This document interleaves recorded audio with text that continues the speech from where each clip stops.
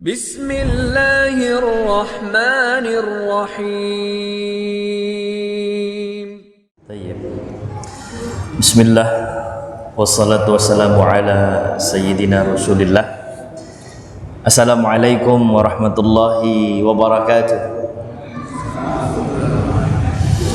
Hayakumullahu jami'a.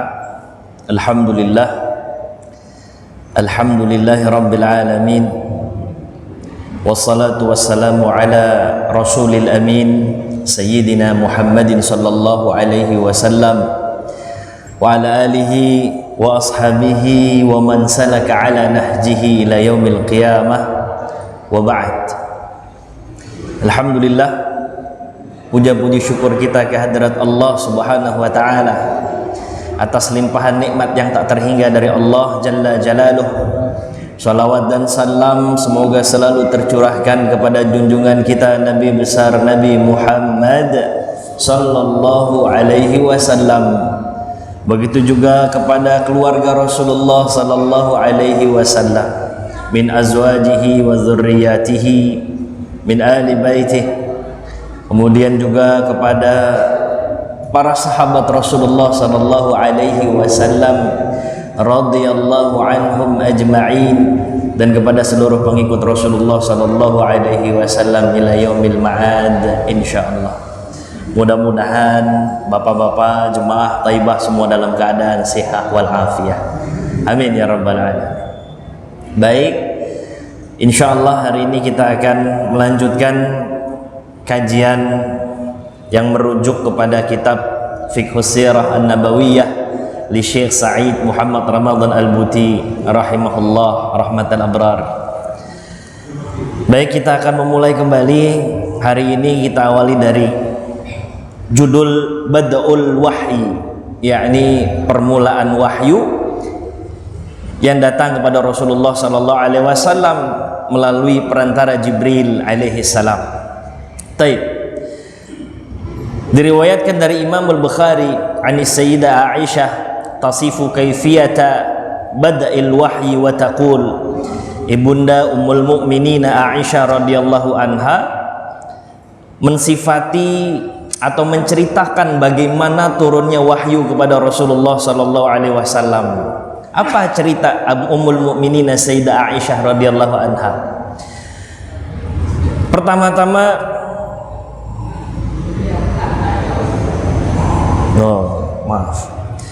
awalnya Rasulullah sallallahu alaihi wasallam sebelum menerima wahyu dari Allah Subhanahu wa taala melalui perantara Jibril alaihi salam, walamma akhazat sinnahu tadnu nahwal arba'in, kira-kira umurnya Rasulullah nih menjelang 40-an tahun lah gitu ya.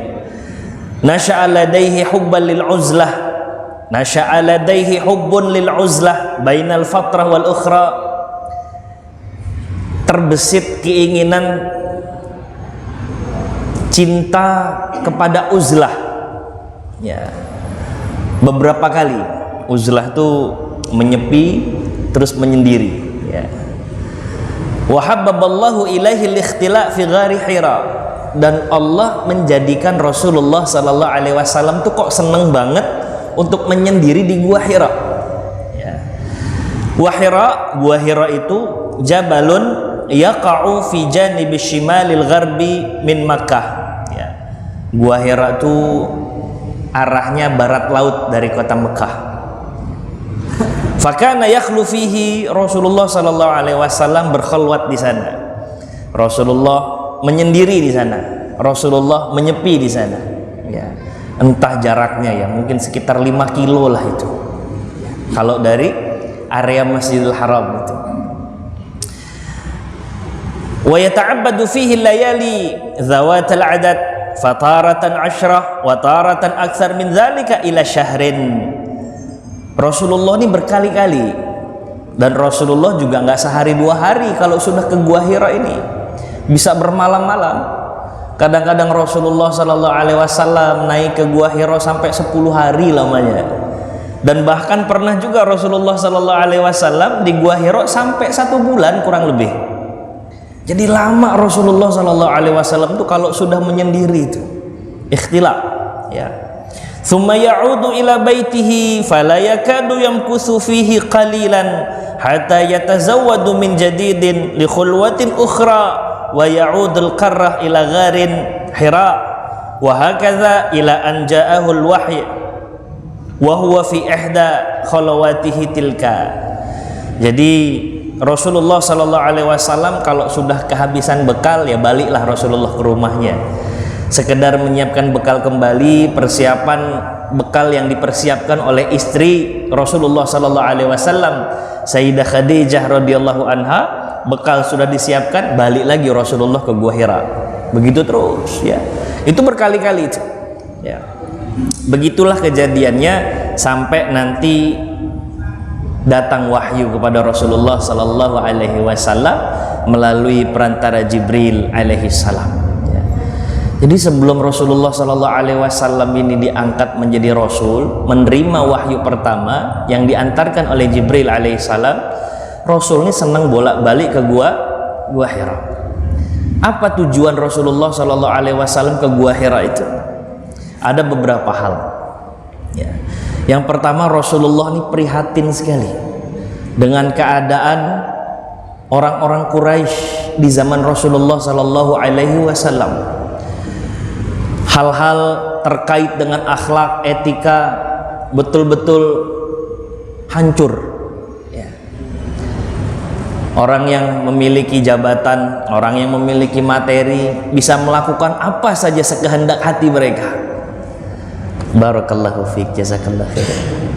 Sementara orang-orang yang tidak punya kedudukan, nggak punya harta, nggak punya materi akan diperbudak saat itu.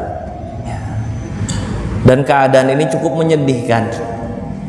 Belum lagi perilaku hura-hura, kemudian perzinahan, berbagai macam kebobrokan lah saat itu. Maka Rasulullah sallallahu alaihi wasallam keprihatinannya itu menjadikan Rasulullah menyendiri. Tujuannya untuk apa? Rasulullah sallallahu alaihi wasallam tafakkur. Jadi itulah ibadah yang dulu dilakukan oleh Rasulullah sallallahu alaihi wasallam. Rasulullah ke Gua Hira udah ibadah sebenarnya, cuman belum ada tuntunan untuk salat, belum ada tuntunan untuk puasa, belum ada tuntunan untuk ini untuk itu. Rasulullah tafakur di sana. Beliau membayangkan ya, bagaimana bobroknya akhlak orang-orang Quraisy dari atas Gua Hira itu. Dan uniknya lagi, ada salah satu sudut di Gua Hira itu yang kalau Bapak atau jemaah itu sempat naik ke Gua Hira, ada salah satu sudut itu yang memang bisa langsung sampai ke Ka'bah penglihatannya itu. Pandangan kita tuh bisa langsung gitu. Ya. Jadi dari salah satu sudut itu saya langsung kelihatan tuh kota Makkah itu. Disitulah Rasulullah Sallallahu Alaihi Wasallam bertafakkur. Ya. Ini kok gini amat? Mungkin begitu ya. Ini terjemah bebasnya aja. Kok begini amat orang-orang Quraisy gitu. Apa yang harus aku lakukan? Saya harus kayak gimana? Umat harus diarahkan kemana? Itu yang menjadi tafakurnya Rasulullah Sallallahu Alaihi Wasallam. Selain Rasulullah Sallallahu Alaihi Wasallam sudah mulai merasakan getaran-getaran ilahi itu, takjub dengan ciptaan Allah Subhanahu Wa Taala. Tapi kan Rasulullah belum tahu dialamatkan kemana saat itu. Maka masya Allah, khulwah, menyendiri, menyepi ternyata punya pelajaran sendiri. Ini sebelum kita masuk nanti ya ke dalam turunnya wahyu kepada Rasulullah sallallahu alaihi wasallam.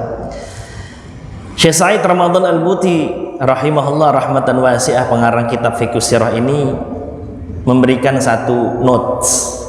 Kata beliau gitu, inna li hadhil khalwah allati hubbibat ila qalbi Rasulillah sallallahu alaihi wasallam qubailal bi'tsah dalalatun azimatun jiddan laha ahammiyatun kubra fi hayatil muslimina amatan wa da'ina ilallahi bisuratin khasah.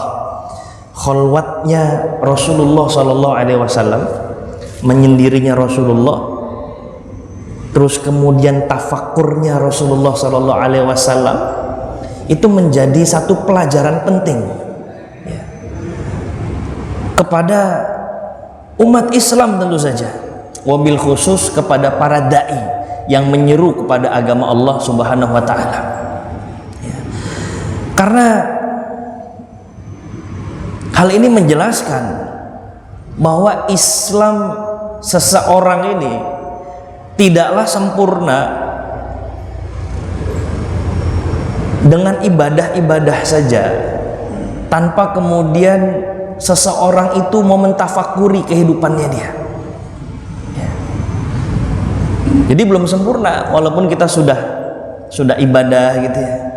Ada kalanya kita ini butuh tafakur. Kita perlu untuk menyendiri. Tujuannya untuk apa? Untuk muhasabatun nafs. Ya.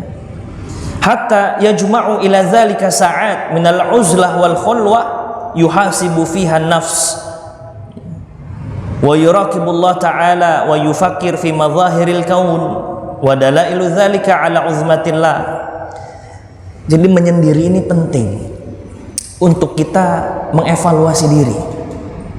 Ya. Ibadah kita seperti apa? Walaupun ibadahnya sudah baik, zahirnya sudah luar biasa, sholatnya baik, muamalah dengan sesamanya baik, hubungan dia dengan keluarga baik, tapi ini tidaklah sempurna kecuali kita isi juga tuh dalam keseharian kita, atau kita isi di sebagian waktu kita dengan kita berkhalwat dan bertafakur atas kehidupan yang sudah kita jalani ini. Ya. Saya teringat Imam Sufyan Ibnu Uyainah, salah satu ulama tabi'in, mengatakan, tahu nggak kita bahwa tafakur, berkhalwatnya kita, tafakurnya kita itu mengundang rahmat Allah Subhanahu wa taala. Ya. Berapa banyak orang yang tafakur setelah itu dia bertaubat kepada Allah Subhanahu wa taala. Ya. Jadi uzlah ini penting. Ya. Terus kemudian kita bertafakur kepada Allah Subhanahu wa taala. Syekh Said Ramadan Al-Buti betul-betul ini memperingatkan, bahkan mengulang beberapa kali dalam kitabnya ini. Penting kita untuk mengadili diri kita pribadi. Penting kita untuk muhasabatun nafs. Ya. Lagi-lagi walaupun zahirnya sudah kelihatan baik, ibadahnya sudah baik, tapi kita perlu untuk tafakur. Perlu untuk tafakur. Dan tafakur ini adalah satu amaliyah, ya. Ishtighal ay insyighalul aql wal qalb, mengaktifasi antara akal, pikiran dan hati kita. Ya. Itu amaliyah itu tafakur. Apa yang kita tafakuri? Nah, ini bagus ini. Apa yang bisa kita tafakur? Tafakur itu kan perintah Allah, ya. Allah yang minta kita untuk bertafakur. Ada dalam beberapa ayat Allah Subhanahu wa taala semisal Qul innama a'idzukum biwahidatin an taqumu lillahi masna wa furada thumma tatafakkaru. Ini surah Saba. Ya. Ayat 46. Qul innama a'idzukum biwahidah. Aku hendak memperingatkan kepada kalian satu hal. Ya. An taqumu lillah, supaya kalian itu menghadap kepada Allah dengan ikhlas, ya, dengan tatawwu', masna wa furada summa tatafakkaru. Baik kalian lagi berdua sama kawan kalian atau kalian sedang sendiri-sendiri, kemudian kalian bertafakur. Itu dalam surah Saba itu, ya. Atau dalam ayat lainnya, ini surah Ali Imran ayat 190, Allah Subhanahu wa taala berfirman, inna fi khalqis samawati wal ardi wa ikhtilafil laili wan nahar la ayatin liulil albab alladzina yadhkuruna Allaha qiyaman wa qu'uda wa ala junubihim wa yatafakkaruna fi khalqis samawati wal ard rabbana ma khalaqta hadza batilan subhanak faqina azabannar. Ya. Sesungguhnya dalam penciptaan langit, terus penciptaan bumi, itu ada tanda-tanda kekuasaan Allah. Pergantian siang, pergantian malam, itu ada tanda-tanda kekuasaan Allah bagi orang-orang yang mau menggunakan akalnya untuk berpikir, untuk tafakur. Jadi nggak sekedar formalitas aja yang seperti kebanyakan kita jalani kan. Hari berganti hari, ya sudah, berganti saja hari itu. Siang terang, malam ya gelap, dan itu berputar setiap hari. Tapi bagi kita yang mau menggunakan akal, hati kita, kemudian kita ajak untuk bertafakur, maka luar biasa.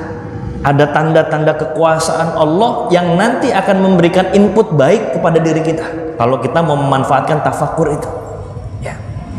Dan itu perintah Allah Subhanahu wa Ta'ala gitu, ya. Dan Masya Allah, ada lagi ayat-ayat yang lain. Apa yang kita bisa tafakuri kan begitu ya. Kalau Rasulullah jelas, saat Rasulullah di Gua Hira itu, beliau memikirkan umatnya, memikirkan orang-orang Quraisy, kaumnya yang saat itu buruk sekali kelakuannya gitu, yang perlu diluruskan, yang perlu diarahkan, kan begitu yang Rasulullah pikirkan itu. Juga tentu saja memikirkan tanda-tanda kekuasaan Allah itu, ya. Dan Masya Allah, sementara kita nih tafakur, apa yang kita pikirkan kita. Dan perlu kita garis bawahi lagi, tafakur ini nggak cuma sekedar mikir ya, tapi tafakur ikut mengaktifasi nggak hanya akal kita tapi juga hati kita. Nah, ini penting untuk ngikutin jejaknya Rasulullah Sallallahu Alaihi Wasallam yang bertafakur di Gua Hira saat itu. Ya. Nah, kata para ulama, innal fiqrah fi khamsati aujuh. Sebagian bilang at-tafakkur inda iddata aujuh. Jadi tafakur itu ada beberapa hal. Ya. Fiqrah fi ayatillah. Tafakur tentang bukti-bukti kekuasaan Allah Subhanahu wa Ta'ala. Yatawalladu minha al-yaqin, karena dari situ akan menimbulkan keyakinan kita kepada Allah Subhanahu wa Ta'ala. Atau istisyar li uzmatillah, akan terasa keagungan, kebesaran, kemuliaan Allah. Bapak pernah gak ngerasain bagaimana agungnya Allah? Kita sering mengungkapkan itu dalam takbir kita, Allahu Akbar gitu ya. Allah yang maha besar. Kita sering mengagungkan, mengesahkan Allah, memuliakan Allah. Tapi benar-benar nggak kita bawa hati kita bahwa kita tuh mengagungkan Allah? Maka kita perlu untuk tafakur itu, ya. Berpikir tentang ayat-ayat Allah, bukti-bukti kebesaran Allah akan menimbulkan keyakinan kita. Dan makin terasa tuh bahwa oh iya, Allah bener agung loh gitu. Allah luar biasa. Jadi Masya Allah, ya. Kalau dalam Al-Quran kan Allah kasih petunjuk itu, afala yanzuruna ilal ibili kaifa khuliqat wa ilas samai kaifa rufi'at, terus wa ilal jibali kaifa nusibat wa ilal ardi kaifa sutihat, ya, ila akhir ayat. Coba deh ajak mikir gitu, bagaimana Allah menciptakan unta. Ini kita kalau yang nggak mau ngajak mikir ya udah biasa aja gitu. Unta hanya bagian dari hewan gurun yang sering kali kita kenal sejak bahkan masa kecil kita, bahwa hewan itu identik dengan hewan yang ada di Arab, hewan di gurun pasir. Tapi kalau kita mau ngajak lebih berpikir lagi, wah itu dahsyat itu, bahwa onta saja misalnya ya, itu satu ciptaan Allah yang luar biasa. Allah tuh bikin pola kaki onta itu khusus buat di tempat-tempat yang nggak bisa dilalui kecuali dengan telapak kaki onta tersebut, karena onta kan dipakai untuk safar jarak jauh biasanya, harus melewati gurun pasir yang kalau memang kaki biasa itu nginjek mungkin akan ngejeblos dan mungkin akan susah untuk menapakkan kaki atau melangkahkan kaki itu. Tapi telapak kakinya onta tuh proporsional betul untuk di kondisi-kondisi semisal gurun pasir itu. Dia nggak terlalu jeblos ke atas, ke dalam, dia juga nggak terlalu napak di atas, tepat sekali, proporsional sekali. Walaupun dia bawa barang dagangan di punuknya itu sampai ratusan kilo, tetap begitu saja. Walaupun di gurun-gurun pasir, karena dulu kafilah dagang tuh kalau bawa barang dagangan kan nggak nanggung-nanggung tuh. Ya. Luar biasa, di punuk onta tuh sampai menggunung lah begitu. Tapi begitu diajak jalan di gurun pasir, tetap aja bisa stable gitu terus gitu. Ya. Belum lagi Allah ciptakan bentuk mata dengan kelopaknya, kemudian ada lagi satu lapisan di matanya gitu ya. Kan orang-orang yang kalau memang dia dekat dengan ibil, dia dekat dengan jamal, dia dekat dengan onta tuh akan memperhatikan itu ya. Kalau kita memang kurang tahu karena memang nggak familiar di kita gitu. Tapi buat orang-orang itu Masya Allah itu, yang memang dia tahu bagaimana kondisi onta karena sering interaksi dengan onta itu, onta tuh nggak pernah kelilipan Pak, walaupun ada badai gurun sekalipun. Iya, kalaulah kemudian bulu mata yang lentik itu nggak bisa menghalau debu, terlalu keras anginnya misalnya, kelopak onta tuh bisa nutup kelopak mata khusus itu. Jadi matanya ketutup tapi masih bisa melihat arah depannya gitu. Itu onta itu. Yang kalau orang mau berpikir sebegitu ciptaan Allah itu, Allah Akbar, dahsyat sekali itu. Onta. Terus Allah juga misalkan dalam ayat lain itu menceritakan bagaimana Allah menciptakan apa? Lalat atau nyamuk. Ya. Nah, itu kalau kita mau ngajak berpikir saja, tafakur itu, oh dahsyat itu. Ya. Nggak habis pikir Pak, Allah nyiptain nyamuk itu. Ya. Kedua sayapnya, ya. Terus makanan yang sudah Allah siapkan. Belum lagi kalau nyamuknya ternyata ada hewan lain yang lebih kecil nempel sama nyamuknya itu kekuasaan Allah semua itu. Kalau kita mau ajak berpikir itu antara otak, akal dan hati, terus melihat bagaimana Allah menciptakan bumi, Allah menciptakan siang, Allah menciptakan malam, wah, Masya Allah luar biasa. Terlebih lagi yang mendalami itu bagaimana struktur planet, semuanya serba teratur. Air hujan, Masya Allah, air hujan itu kan udah ada takarannya Pak. Kalau Allah nuanginnya itu langsung kayak kita nuangin ember, itu dari atas kecepatan sekian kilometer per jam, hancur badan kita Pak. Tapi air hujan itu sudah ada takarannya kan. Bentuk tetesannya itu ya udah, kalau udah kena kulit aman kulit kita. Tapi kalaulah kemudian Allah nggak bikin keteraturan seperti itu, habis sudah. Orang-orang yang berpikir tentang ayat-ayat kebesaran Allah Subhanahu wa Ta'ala akan merasakan keagungan itu gitu. Akan merasakan kebesaran itu. Dan sekali waktu atau sewaktu-waktu Bapak dapat rezeki terus kemudian bisa ke gunung atau ke laut gitu ya, jangan sekedar healing kalau kata orang sekarang Pak. Jangan sekedar nikmatin doang, tapi ajak untuk dia bertafakur juga. Begitu dahsyat ciptaan Allah itu, dahsyat betul kalau kita mau tafakur.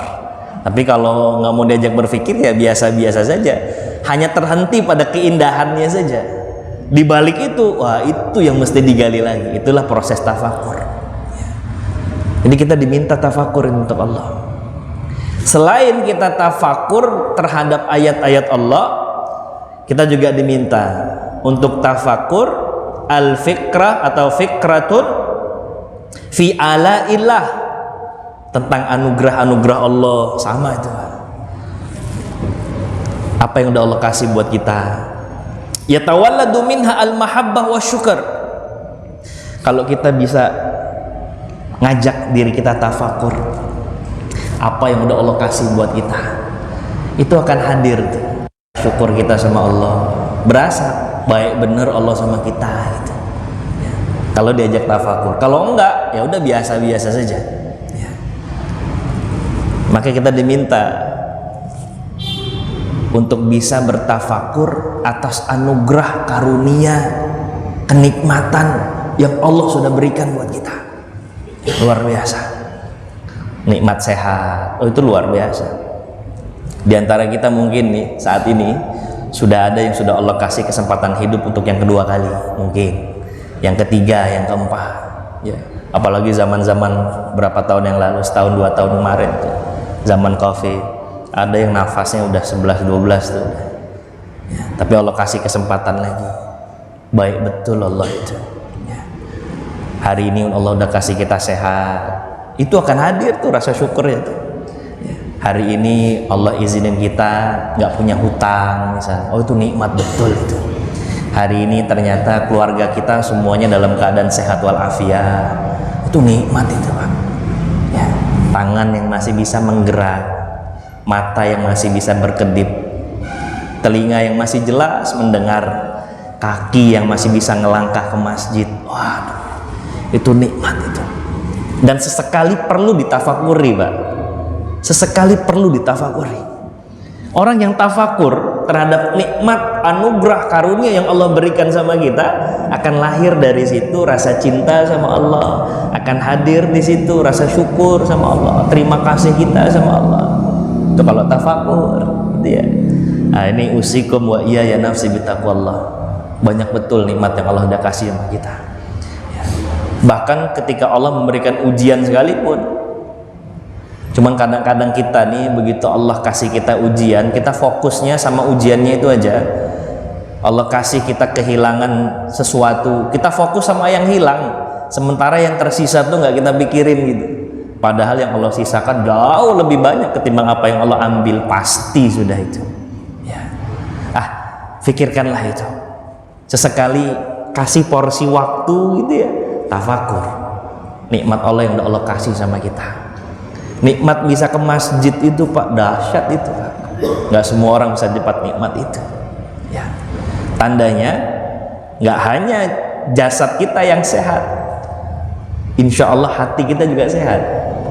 Berapa banyak Pak sekarang saat ini saudara kita, mungkin keluarga kita nggak sanggup untuk melangkah ke masjid kan? Berapa banyak tetangga kita atau mungkin keluarga kita fisiknya sehat tapi nggak sanggup juga ke masjid, rupanya mereka itu. Ini nikmat dari Allah, ini kita bisa ada di sini saat ini. Itu ditafakuri. Dari situ kita akan mengucap alhamdulillahilladzi bi ni'matihi tatimmus shalihat. Ya Allah, segala puji atas apa yang Kau berikan kepada kami ya Allah. Ya, nikmat betul itu. Ya.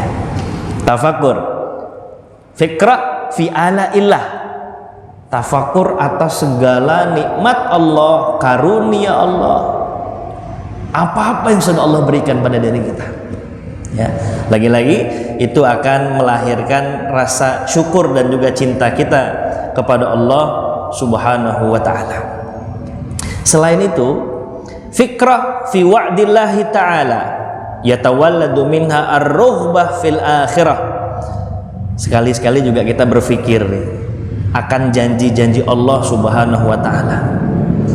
Kalau kita ajak diri kita tafakur, mau diajak mikir otak sama hati tentang janji-janji Allah Subhanahu wa ta'ala, akan timbul rasa apa ya, cinta sama hari akhirat itu ya, akan timbul itu ya. Ini kita baru hidup di dunia, jalannya masih panjang Pak, Masya Allah. Kita akan ketemu dengan alam barzah ya, alam barzah, alam kubur kita. Karena semua kullu nafsin dha'iqatul maut, semua yang punya jiwa itu pasti akan mati, pasti. Terus kita ada di alam barzah, kita aja nggak bisa ngejamin, kita nggak tahu. Dan perlu ditafakuri, kira-kira kalau di alam barzah kita dapat nikmat kubur atau dapat azab kubur.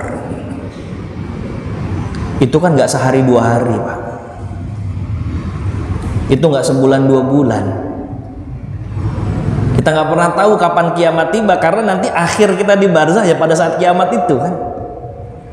Kalau ternyata kiamatnya tahun 3022, 1000 tahun kita di alam barzah itu Pak. Alhamdulillah kalau dapatnya nikmat. Kalau dapatnya nikmat barzakh yang 1000 tahun itu nggak akan terasa, nggak akan terasa sudah, karena nikmat barzakh itu. Bahkan sebagian diceritakan seolah-olah nih dalam bahasa saya Allah kasih tuh DP surga gitu. Dia bisa mencium aroma surga, cium aroma surganya bisa melupakan semua kepenatan hidup itu. Tapi kalau dalam barzakh itu sudah Allah kasih DP neraka, Azab itu udah ada dalam diri kita, Pak. 1000 tahun. Bayang aja, ya Allah, ya Rabbi, ya Rasulullah. 1000 tahun. Wah, luar biasa itu. Ya, kalau 1000 tahun, kita juga nggak ada yang tahu kapan kiamat itu tiba kan. Kalau 2000 tahun, ya selama itulah. Jadi Masya Allah. Nah, itu perlu ditafakuri itu. Kira-kira bekal ini udah cukup apa belum gitu. Kira-kira bekal ini udah baik apa belum, itu difikirkan. Itu baru sampai barzakh, belum nanti di mahsyar yang sekian kita nggak pernah tahu tuh, berapa puluh ribu tahun kita di mahsyar, sampai nanti Allah kasih kita kesempatan untuk ketemu dengan Rasulullah Sallallahu Alaihi Wasallam. Belum lagi nanti kita harus melewati timbangan, belum lagi nanti kita harus menerima catatan dari Allah. Tahapan-tahapan itu ketika dibangkitkan dari Allah itu nggak seperti yang kita bayangkan. Dibangkitkan terus kita pada bangkit gitu, enggak. Orang-orang yang banyak amal buruknya itu akan takut setengah mati begitu dibangkitkan di alam mahsyar itu. Udah takut setengah mati. Udah Allah titipkan ketakutan itu kalau banyak amal buruknya. Terus sampai nanti ketemu kita dengan catatan amal kita, terus nanti kita baru dipilih. Ya, setelah ditimbang catatan amal itu, ke surga apa ke neraka, ya Allah, panjang sekali jalan itu ya. Nah, itu perlu kita perhatikan ya. Kemudian berpikir akan ancaman Allah Subhanahu wa ta'ala, fikratun fi wa'idillah ya. Jadi ancaman-ancaman Allah Subhanahu wa ta'ala itu perlu juga, Pak, perlu tuh ya. Kita kalau baca Quran sekarang nih, Bapak baca, coba deh di upgrade, baca juga terjemahnya. Kalau udah mulai baca terjemah, coba ikat maknanya. Ada janji-janji Allah yang memberikan angin indah, ya, angin yang nikmat untuk kita. Janji-janji di surga, oh udah luar biasa. Tapi ada kan keterangan-keterangan sebagai janji Allah atas mereka yang melakukan keburukan selama di dunia ini. Itu coba dibaca terjemahnya. Kita belum baca tafsirnya aja, Pak. Kalau kita mau baca betul terjemahnya, Allah, sesak hati ini, Pak. Betul. Ya. Dan itu perlu ditafakuri ya. Contoh aja, kalau ada orang mendapatkan azab nanti di sisi Allah Subhanahu wa ta'ala, akan dikuliti hidup-hidup itu. Salah satu azab kan begitu, kullama nadijat juluduhum baddalnahum juludan ghairaha liyadzuqul azab, kata Allah ini. Orang-orang yang banyak maksiatnya nanti itu, azabnya Allah akan kuliti itu. Ketika habis kulitnya itu karena sudah ditarik oleh malaikat Allah Subhanahu wa ta'ala, balik lagi tuh kulit seperti biasa. Begitu balik, dicabik lagi itu, dikuliti lagi, begitu seterusnya. Sampai kapan? Sampai dikurangi nanti. Sampai mendapatkan kemudahan dari Allah Subhanahu wa ta'ala, selesai hisabnya. Dan itu juga lagi-lagi nggak sekali dua kali, nggak sehari dua hari, nggak sebulan dua bulan. Satu hari di akhirat itu hitungannya itu 50.000 tahun di dunia. Nah, itu perlu ditafakuri, ya. Perlu ditafakuri itu. Ya Allah, amal ini udah banyak apa belum, janji-janji. Karena para sahabat Rasulullah Shallallahu Alaihi Wasallam dulu, Pak, luar biasa untuk masalah tafakur itu. Bahkan tafakurnya udah nggak lagi yang formalitas, yang dia menyiapkan waktu, dia bertafakur itu dilakukan, tapi bahkan mereka itu berpikir itu dalam keadaan duduk mereka, dalam keadaan dirinya mereka, dalam keadaan tidurnya mereka, mereka aktifasi akal dan hati mereka. Makanya ada sahabat Rasulullah, Sayyidina Abdullah ibnu Umar, putranya Umar bin Khattab. Setelah Rasulullah wafat, Sayyidina Abdullah ibnu Umar ini kan meneruskan risalah syiar-syiar Rasulullah Sallallahu Alaihi Wasallam sampai ila a'lal jubal, sampai ke bukit yang tinggi. Begitu tahu yang datang adalah Abdullah ibnu Umar, disuguhin makan, disuguhin minum sama orang-orang di atas bukit itu.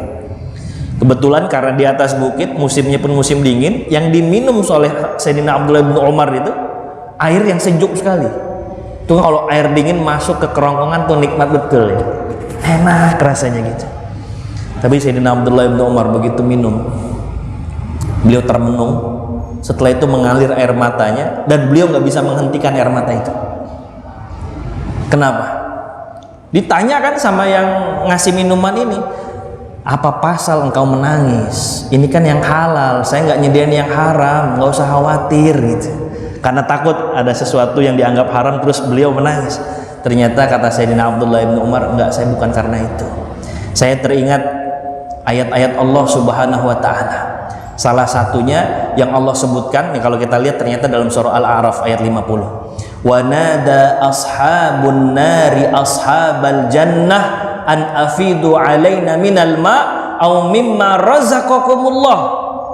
Orang-orang yang di neraka nanti, dia akan berkata kepada orang-orang yang berada di surga, baik itu keluarganya, baik itu anaknya, baik itu ibunya, baik itu tetangganya, an afidu alaina minal ma'. Ini kata ahli neraka, tolong minta setetes air saja, sedikit saja air untuk kami. Au mimma razaqakumullah, atau apalah yang Allah rezekikan pada kalian, apa iya nggak bisa dibagi barang sedikit saja? Tapi apa kata ahlu surga? Kita mau ngasih, innallaha harramahum 'alal kafirin, tapi Allah nggak ngebolehin. Nangis beliau itu. Kalau bukan karena tafakur beliau yang mengaktifasi antara akal dan hatinya, nggak keluar air mata itu. Boleh jadi beliau membayangkan kalau anak-anak beliau yang meminta itu pada diri beliau, sahabat-sahabat beliau yang meminta itu pada diri beliau, atau boleh jadi beliau membayangkan diri beliau yang meminta kepada orang-orang yang berada di surga itu, tolong kasih minum. Enggak boleh. Innallaha harramahum 'alal kafirin. Itu bagian dari tafakur, Pak. Maka sesekali ini kasih porsi untuk tafakur, ya. Belajar dari khalwatnya Rasulullah Shallallahu Alaihi Wasallam, ya. Aktivasi akal, aktivasi hati untuk memikirkan anugerah Allah, kekuasaan Allah, ciptaan Allah, juga janji-janjinya Allah Subhanahu wa taala. Mudah-mudahan dengan itu memberikan kita satu kredit bahwa kita ini perlu menjadi orang-orang yang lembut hatinya, ya, berkat tafakur itu insya Allah. Jadi penting tafakur ini belajar dari khalwahnya Rasulullah Shallallahu Alaihi Wasallam. Masih ada waktu Ustaz? Apa sudah tadi ya? Masuk waktu Isya? Masih ada? Kira-kira 1 menit lagi. Oh, 1 menit lagi. Baik, kalau kita pertanyaan bisa lama. Satu lagi sebenarnya fikrah tafakur itu fikrah fi taqsiri nafsihi anit ta'ah, berpikir tentang kekurangan diri sendiri dalam mengabdi kepada Allah Subhanahu wa taala, dalam ketaatan kita. Ya, itu perlu kita tafakuri, Pak. Sehingga nanti akan keluar tadi apa yang kita bahas juga di awal. Amalan saya udah banyak apa belum? Amalan saya ini udah ikhlas apa belum? Amalan saya jangan-jangan gak diterima sama Allah karena di situ ada riya, ada sum'ah, pengen diakuin sama orang, pengen dapat simpati orang. Itu perlu ditafakuri. Maka kata muallif kitab, kata Syekh Sa'id Ramadan Al-Buti, ini dibutuhkan untuk semua orang, bagi umat Islam dan juga untuk para dai, karena ada penyakit-penyakit yang nggak bisa disembuhkan kecuali dengan tafakur itu, ya. Merasa tinggi hati, kemudian merasa sombong, merasa ujub, merasa sum'ah, kadang-kadang ngelihat orang aja matanya bisa memberikan satu nilai, Pak. Ah, dia doang gitu. Ah, si fulan. Itu nggak sembuh kalau dia nggak tafakur. Maka dia perlu tafakur itu.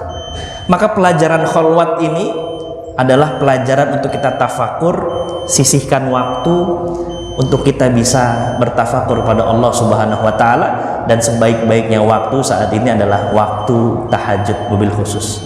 Terima kasih banyak karena waktunya singkat, ya. Mudah-mudahan ini bermanfaat untuk kita semua. Barakallahu fiik.